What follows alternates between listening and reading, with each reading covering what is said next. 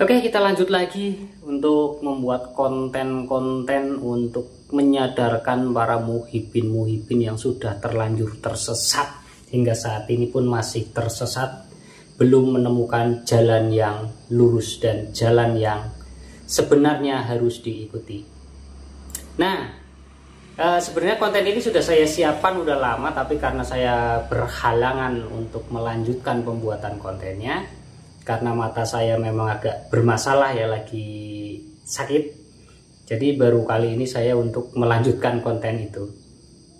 Nah, ini berbicara terkait kemarin pembahasan atau debat nasab di gedung RA kemarin, yaitu tentang guru gembul yang menyinggung Habib Bahar. Rupanya Habib Bahar tidak terima disenggol oleh guru gembul yang mengucapkan bahwa polemik ini, permasalahan ini bukan dari Kiai Haji Imaduddin tapi dari golongan para Habib, contohnya salah satunya adalah Habib Bahar. Nah, seperti apa yang dikatakan oleh guru gembul dan seperti apa jawaban dari Habib Bahar, mari kita simak. Bervariasi, status syariah Islam.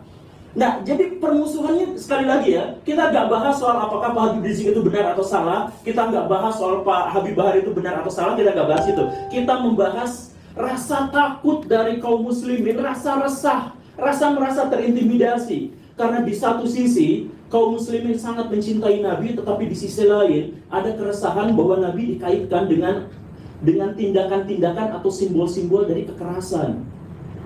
Itu rasa sakit hati itu belum terobati sampai akhirnya muncul di video Pak Habib Bahar yang sangat kontroversial itu, kakinya diciumin oleh santri-santri yang ngantri jalan bebek.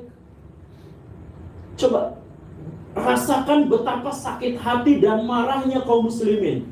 Coba kita bisa melihat dari berbagai perspektif. Misalkan lihat orang-orang yang biasa, orang Islam berdebat dengan orang Kristen, berdebat dengan apa, kan ramai sebenarnya di media sosial. Lihat perdebatan di antara mereka. Dan orang-orang non-muslim bawa-bawa itu. Tuh lihat, buah tidak pernah jatuh jauh dari pohonnya. Sebagai penegasan, kalau Bahar melakukan kelakuan yang seperti itu, ya begitulah nabinya. Itu ejekan terhadap kaum muslimin dari orang-orang non-muslim, tapi orang-orang non-muslim pun tidak bisa disalahkan. Karena apa? Karena memang Pak Habib Bahar melakukan itu atas nama keturunan Nabi. Kemudian lihat misalkan kelompok-kelompok Islam yang lebih moderat atau yang lebih plural, mereka sakit hati. Ya itu dia yang diucapkan atau yang dikatakan oleh guru gembul saat debat nasab di gedung RA.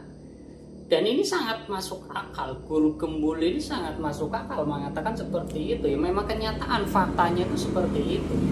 Namun Habib Bahar tidak terima. Dan apa yang dijawab oleh Habib Bahar, ini dia. Sudah dengar debat di RA apa yang disampaikan Pak Gembul?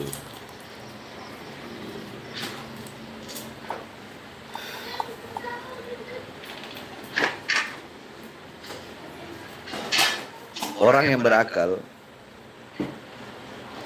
ketika ada buah satu keranjang, banyak buah. Ada satu buah yang dianggap busuk. Maka orang berakal, dia hanya akan buang satu buah yang busuk itu, yang dianggap busuk oleh dia. Dia nggak akan buang semua dalam keranjang itu. Jadi kalau memang si gembul menganggap ana dengan cara dakwah, cara ceramah, itu yang menjadikan orang-orang meragukan keturunan Nabi Muhammad SAW, maka seharusnya ana aja. Jadi jangan semua habaib itu dikatakan seperti itu. Kalau memang ana, urusan sama ana yang dianggap kontroversial, ya ana aja.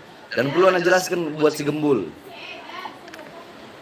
bahwasanya kasus ana itu, ya, kasus ana itu ana menganiaya Habib palsu. Itu yang harus gembul tahu.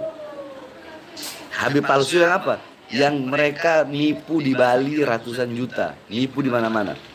Karena ketahuan di Bali, nah saat itu juga. Jadi si gembul ini nggak tahu kalau ana ini yang suka ngehajar Habib-Habib yang nggak bener, Habib-Habib yang dawir, itu ana tukang hajar. Tukang hajarnya ana. Si Gembul harus tahu ini. Ana tukang hajar Habib-Habib yang suka dawir, Habib-Habib suka nipu.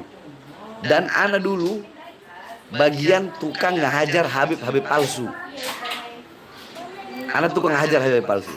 Nah, makanya ketika ana hajar itu orang yang ngaku Habib, 2 orang itu, terus dibilang satu itu adalah anak dan santri, itu fitnah, nggak ada, itu bukan santri. Terus satu katanya ada orang yang di bawah umur.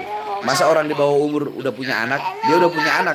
Masa ayah dari seorang anak apa? Nak? Apa saya? Oh iya nak, iya saya. Maca. Masa seseorang yang udah punya anak terus bisa dibilang anak? Kalau anak dari ayahnya iya.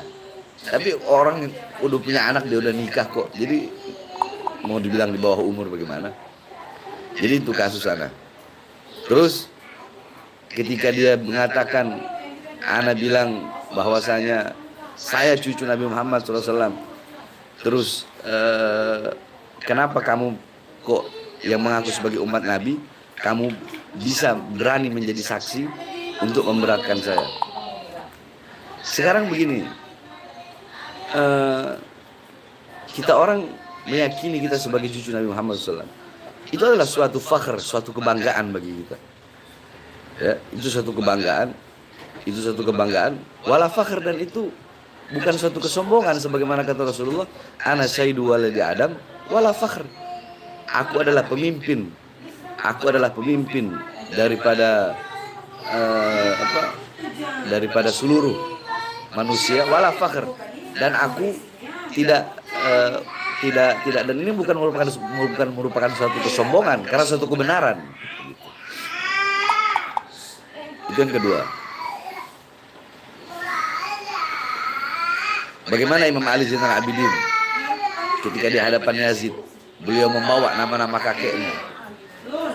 Ana hafidu Asadul Badri wal Hunain, ana hafidu Asadu man lam yakfir walau tarfat ain.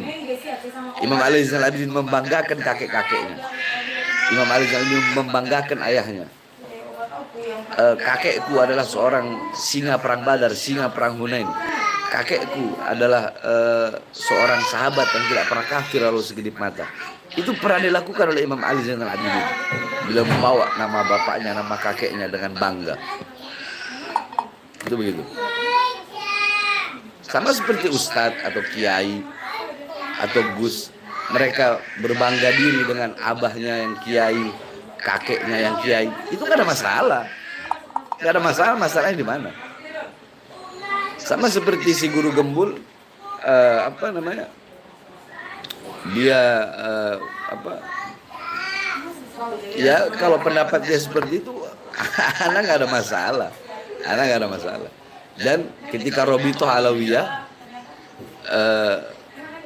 Robito Alawiyah negorana kok, bukan enggak. Dulu waktu Habib Zain bin Smith jadi ketua Robito, itu beliau datang ke lapas. Habib Zain bin Smith ketua Robito, terus Habib Muksin OT, sama Habib Abdurrahman Basuro. 3 ini sesepuh habaib datang ke lapas. Mereka nasihatin anak, Beb, kalau ceramah jangan keras-keras. Ini torigoh kita, torigoh Ba'alawi. Dan anak terima itu. Tapi anak dengan jalannya anak sendiri, anak jadi diri anak sendiri. Anak nggak bisa dibikin-bikin. Ceramah anak keras ya keras. Anak nggak bisa dibikin. Inilah diri anak. Anak nggak mau jadi orang munafik. Karena semua orang punya dakwah itu dengan cara masing-masing. Bagaimana? Guru Gembul emang si Gembul nggak tahu Rasulullah SAW. Karena Rasulullah idza khataba ihmarat ainahu wa ala sawtu wa ishadda ghadabuhu hatta kanahu kamundiri jaysin sabbahakum masahakum. Emang dia enggak tahu itu? Emang dia enggak tahu bagaimana sejarah para sahabat-sahabat Nabi Muhammad SAW ketika mereka melawan kezaliman? Bagaimana Sayyidina Umar bin Khattab, bagaimana Sayyidina Abu Bakar yang lembut banget, yang terkenal lembut, tetapi kalau udah masalah agama, masalah kezaliman, beliau keluar ketegasannya beliau. Jejak digital itu nggak pernah hilang, dan Habib Bahar itu dari dulu sudah dikenal seperti itu. Seperti apa yang dikatakan oleh Guru Gembul, banyak video-videonya di YouTube itu kalau mau cari tahu tentang Habib Bahar, kasus-kasus Habib Bahar banyak. Nah dari sini netizen bisa menilai sendiri mana yang benar dan mana yang salah.